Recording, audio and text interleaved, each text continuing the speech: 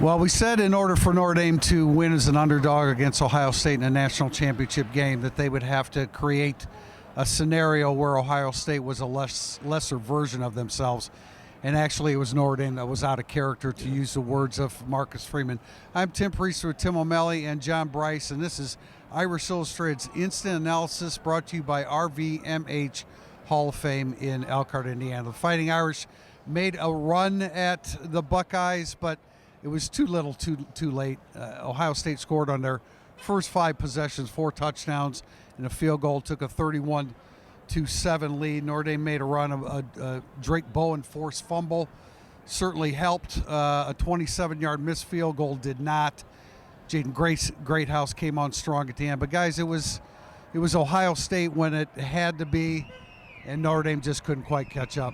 You know, and I noted in my prediction that in the 2 previous meetings, Ohio State had only had a combined 6 red zone trips. They were a perfect 6 for 6 tonight in the red zone. I frankly didn't see that coming, and they scored a bunch of touchdowns overall in the red zone. I also didn't really expect that. I thought if Ohio State did gash Notre Dame a bit defensively, that Notre Dame would bow its backs inside the 20, because that's what we've just frankly become accustomed to. But they couldn't, and as we discussed, they ran enough and they chunked Notre Dame with their runs that opened up enough for them in the throw game. Great opening drive by Notre Dame, longest drive in college football playoff history in terms of snaps and timing. However, Ohio State answered with a 6-minute drive of its own. I looked over to Tim Priester and said that drive's a lot more sustainable than Notre Dame's touchdown drive was. And we talked to Marcus Freeman, Riley Leonard, and I talked to Mike Denbrock about it. What did they do to adjust to the Riley Leonard running game? Well, first of all, you can zero in on that running game because Jeremiah Love was not himself, and I would like to point out that no Notre Dame running back rushed for a first down in today's football game when you're out of – that's how far out of character they were. It was an answer by an Ohio State team that is, quite frankly, dominant offensively, and Notre Dame couldn't guard them. Yeah, they did. You know, we talked about the Ohio State offensive line, but they won the battle up front. And, you know, there were a couple of factors. And Marcus Freeman said it leading up to the game, Notre Dame has to run the football and stop the run, and that is not what happened. Will Howard had a wonderful day running the football. I did not see that coming. Will Howard ran it 16 times. I'm sorry, TP. He ran it 16 times. Riley only ran it 17. Yeah, 16 times, 57 yards. Quinshon Judkins, 11 carries, 100 yards, 2 touchdowns. Total 41 carries, 214 yards for Ohio State. On the flip side, Notre Dame 26 carries, 53 yards. We saw Jeremiah Love. You know, we were thinking, okay, extra time for Jeremiah Love. Maybe he's going to be ready. But he got banged around a little bit early on. We saw him kind of hobbling around. I don't know how visible that was on the broadcast, but we saw it here live. And we knew if Notre Dame couldn't run the football, they weren't going to win the football game. Tremendous effort by Jaden Greathouse, and at the very end, Mitchell Evans really started playing with competitive spirit. I think Greathouse, we've asked both Coach Denbrock and Coach Freeman about Jaden Greathouse, and they kind of mentioned, well, he just got some opportunities. He's been great all year. Something switched in Jaden Greathouse these last 2 games. He became a extremely confident playmaker, a guy that decided, I'm not going down, no one's taking the ball from me. That is a huge boost for Notre Dame going in the offseason to keep Jaden Greathouse, of course, in the fold as a number 1 wide receiver. That's what we thought would happen all year, or most of the year. He was fantastic in his last 2 games. Winning contested catches. Yes. I mean, he had refusing to go down after catches too. 6 catches, 128 yards. Of course, the 2 touchdowns, 34 and 30 yards. So that means that he concluded the season. Last 2 games, 13 catches, 233 yards, 3 touchdowns. You're right, Tim. It does bode well for next year, and that's where Notre Dame is right now. They're in the next year phase. Riley Leonard walks out the door, a very emotional Riley Leonard, and even more emotional Jack Kaiser after the game.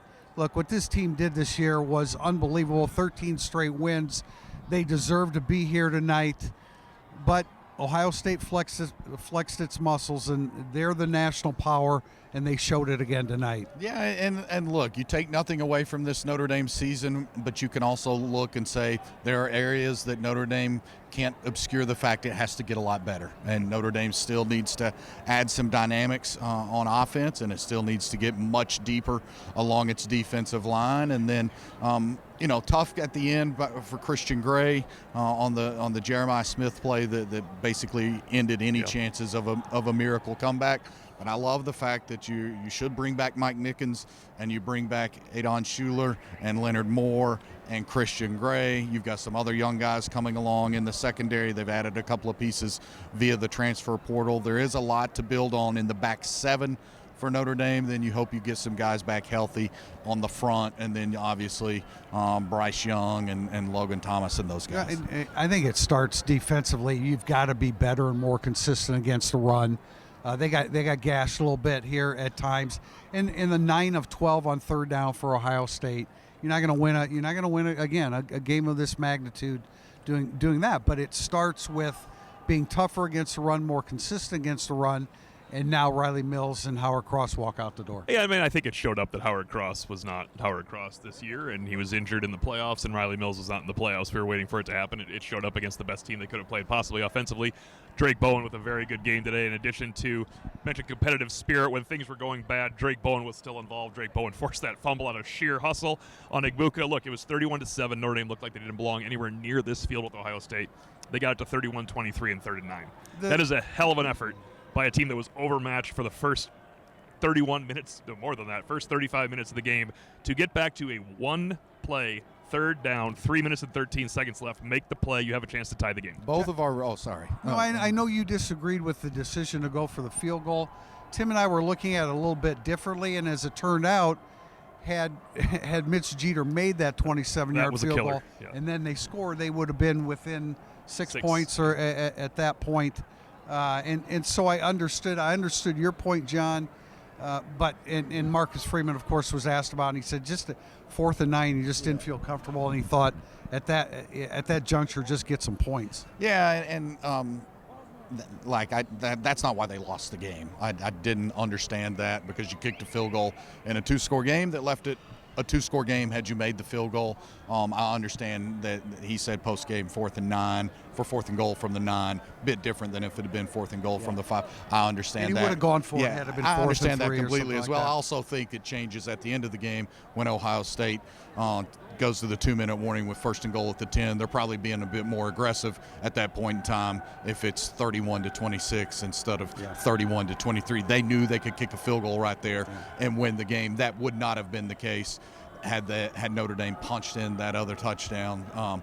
So that's kind of where I stood with that. But I think the point that Notre Dame belonged, they proved it tonight. They played with tremendous character, tremendous guts. I loved seeing Riley Leonard at the end shaking hands with every one of his teammates. Before he would leave the field, he made it a point to shake hands with every teammate. Yeah, it was rough to see Jack Kaiser and Riley Leonard take the podium tonight with Marcus Freeman. That was raw emotion. All they talked about. Riley Leonard had the quote of the year, not the quote of the day that's going in the notebook, but he's completely changed human being since coming to Notre Dame. He said, I was nowhere near the man I am before I came to Notre Dame. I thought it was a nice moment for, look, he played all his flaws and all his strengths and all his guts were on display tonight. He's not a perfect quarterback by any means, but he's a great quarterback for Notre Dame this season. He had to show his toughness tonight. He carried 9 times in the first drive, landed on the football a couple different times. We thought he got banged up. I thought he got hurt on the first play, to be honest with you. On the first carry, we thought he was a little bit banged up. Apparently he got temporarily sick on the sideline. You could see that after that drive, he kind of had to drag himself off the field. It was a 18-play drive, and he carried 9 of them.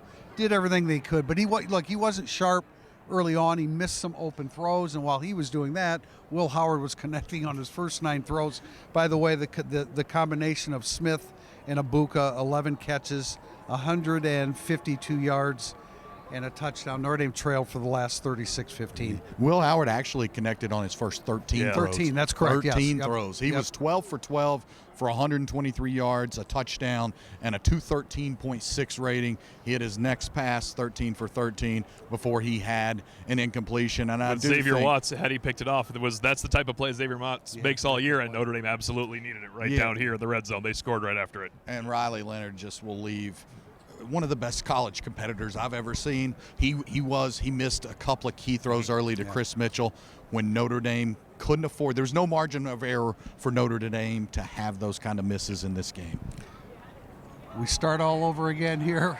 Coming up, spring practice, we don't know when it starts. They're probably going to have to adjust the schedule a little bit because this season went 3 weeks longer than anticipated, but all in a good way. Notre Dame finishes the season with a 14-2 record, but they're number 2 in the country behind the best team in the country, Ohio State. Ohio State wins 34-23.